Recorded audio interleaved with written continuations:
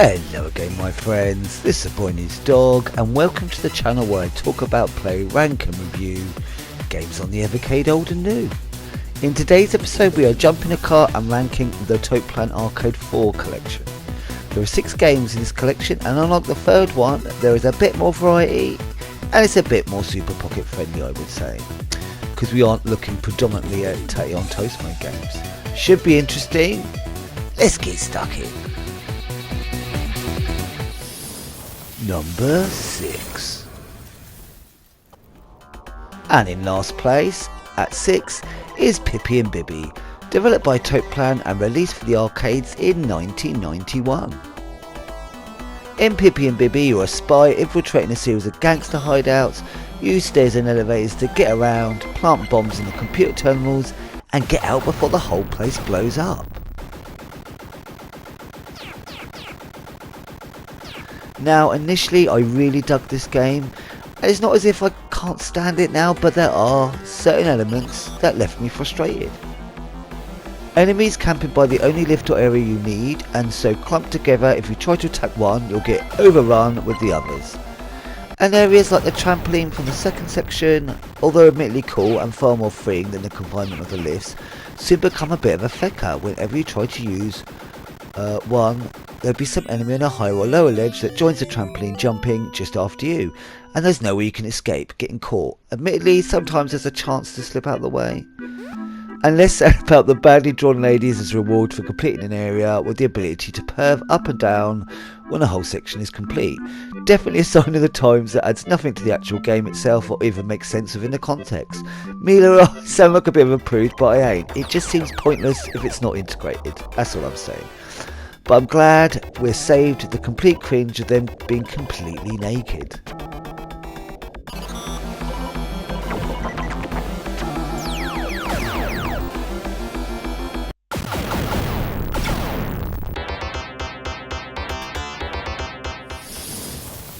Number 5. And in 5th place is Sky Shark, a vertical shoot 'em up developed by Software Creations and released on console in 1989. Yes, it's a port of the arcade game we have already seen in a previous Toaplan collection. Pilot the Sky Shark on a dangerous mission into enemy territory to rescue prisoners of war in this 8-bit console port. And this is a very confident console port of Sky Shark. It may be a bit tougher than its arcade brethren, learning the enemy's attack pattern is a must, and be warned of those pesky tanks. They can sneak shots in behind you when you think they're all but left the screen. They can swing their cannons around quite quickly and shoot more than you'd think too. They've caught me out I think more than anything else. Nothing wrong with this game, but some patience may be needed.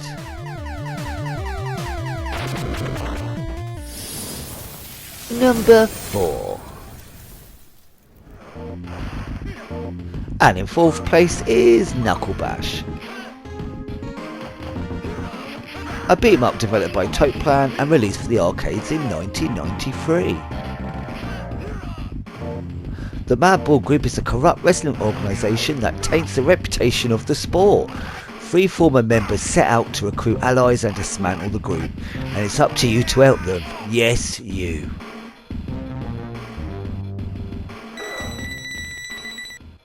A little bizarre, but a fun enough scrolling beat 'em up. Instead of the usual fighting style, here it's all wrestling, even down to the always dodgy spandex outfits.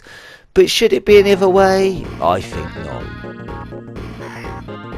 What I like about this is you have 2 campaigns you can choose from the off, one long and one a bit quicker, and both unlock an additional character to your roster, an American footballer and ninja.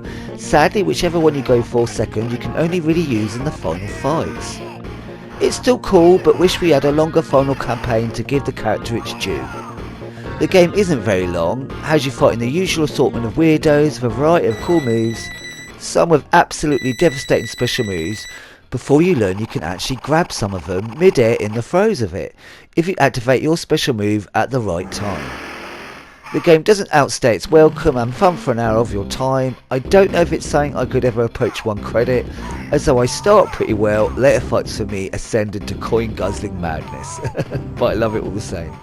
This game would have been a higher place, but another game stole its spot because I'm a sucker for nostalgia and will never learn. But I did enjoy this one.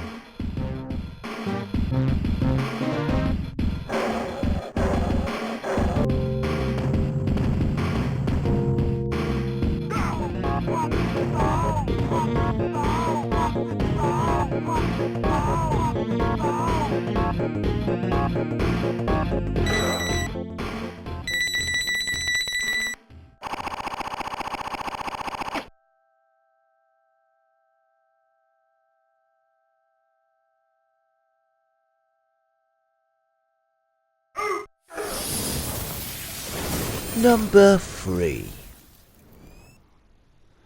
And we've reached our top 3, and in third place is Snow Bros 2, a single screen platformer developed by Toaplan and released for the arcades in 1991. The twin princesses Piri Piri and Poochie Poochie have been kidnapped. What is it with princesses? Are they all taking themselves to the dodgiest street screaming, "What are you waiting for? I'm right here," while spinning around gazing up at the clouds? That's your film reference for the day. Because they are so kidnap addicted. I swear at this point it's like a drug to them. You've got to set off on a rescue mission. Never mind it was your day off and you wanted to binge a Japanese Showa Godzilla marathon. But at least this time you have friends. And 4 very peculiar friends at that. Each handled differently. Choose one to obliterate all enemies on screen to move on to the next. It's funny, when I first played this game I was less impressed. And also slightly freaked out by the character selection screen. That there be nightmare fuel. But once again I'm learning don't go on first impressions. Each of the 4 characters has a slightly different attack. Not only is there the usual snow, but also electricity or lightning, wind in the form of mini tornadoes, and my favourite, the water-based one that brings back such fond memories of the mighty king of this type of game, Parasol Stars. Oh, how I love that game on the old Amiga, sigh. And on top of that, we occasionally get a 4th vertical scrolling section, which just screams Rainbow Islands. Like, is this game secretly trying to pander to me, or what? Anyway, probably more to do with those elements rather than anything else. I can't not put it a bit higher than I was originally going to, and so therefore it grabbed the number 3 spot.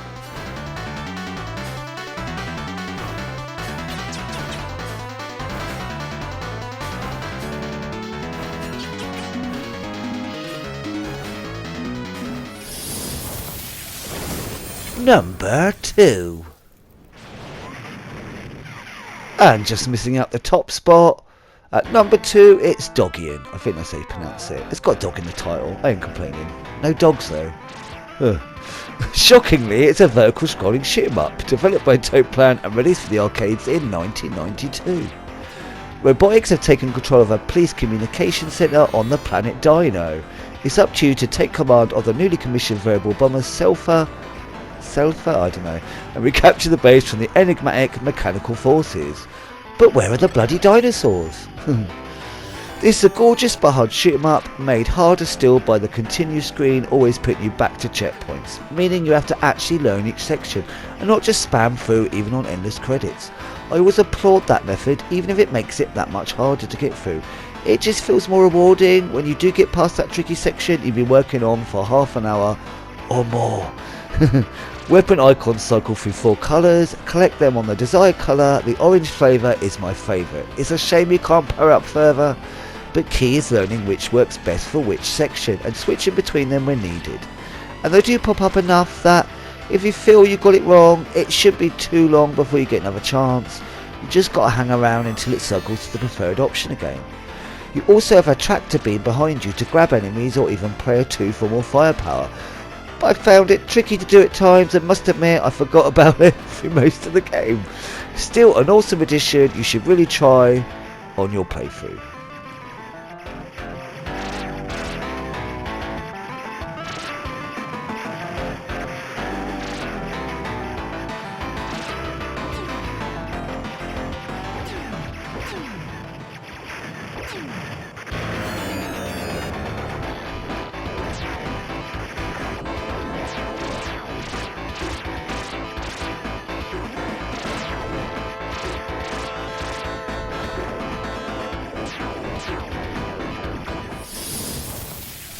Number 1.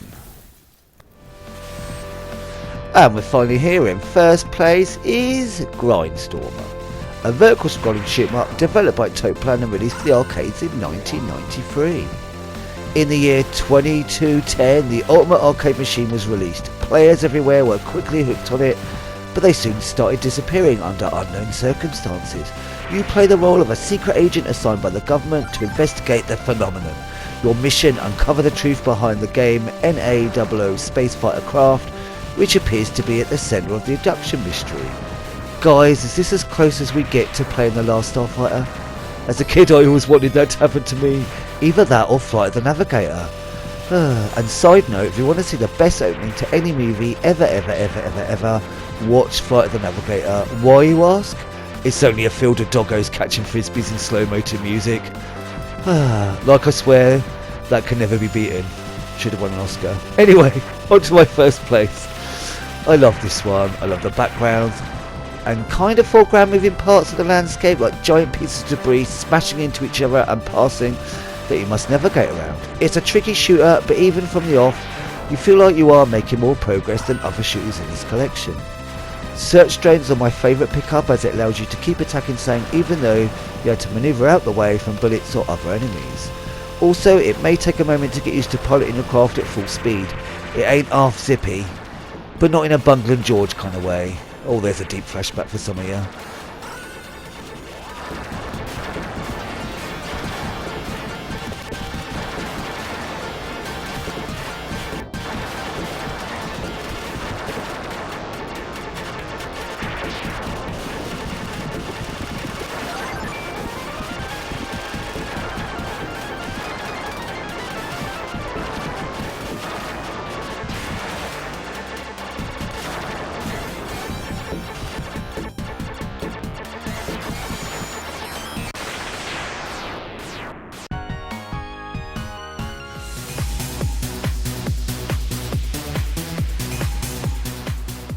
And my final thoughts on this cart: for some this may be a more attractive offer than the third Toaplan collection, for the variety it contains, though I can imagine if you're vertical shooter mad, it's the third collection that will steal your time and most probably your soul. This collection is also more doable on the Super Pocket, which the third can be a struggle to recommend. Put both collections together along with 1 and 2 and you get yourself a hell of a game lineup.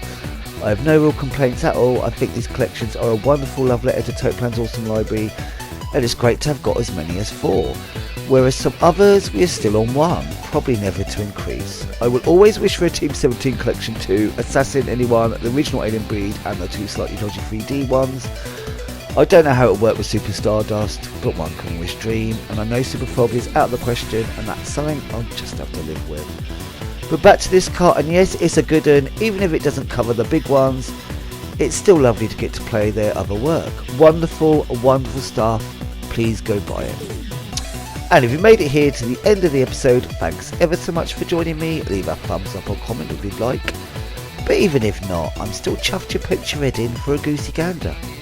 Join me for the last of the cart rankings in the next episode, where we go through the Data East Arcade 2 collection.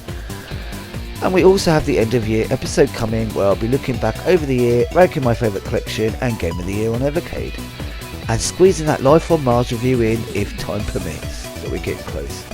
I hope you're continuing to have an awesome December, my dear friends, a week into Xmas. I think I'm finally prepared for everything. I'm actually not at work on the day, which is nice. Not always a given. So until next time, be sing.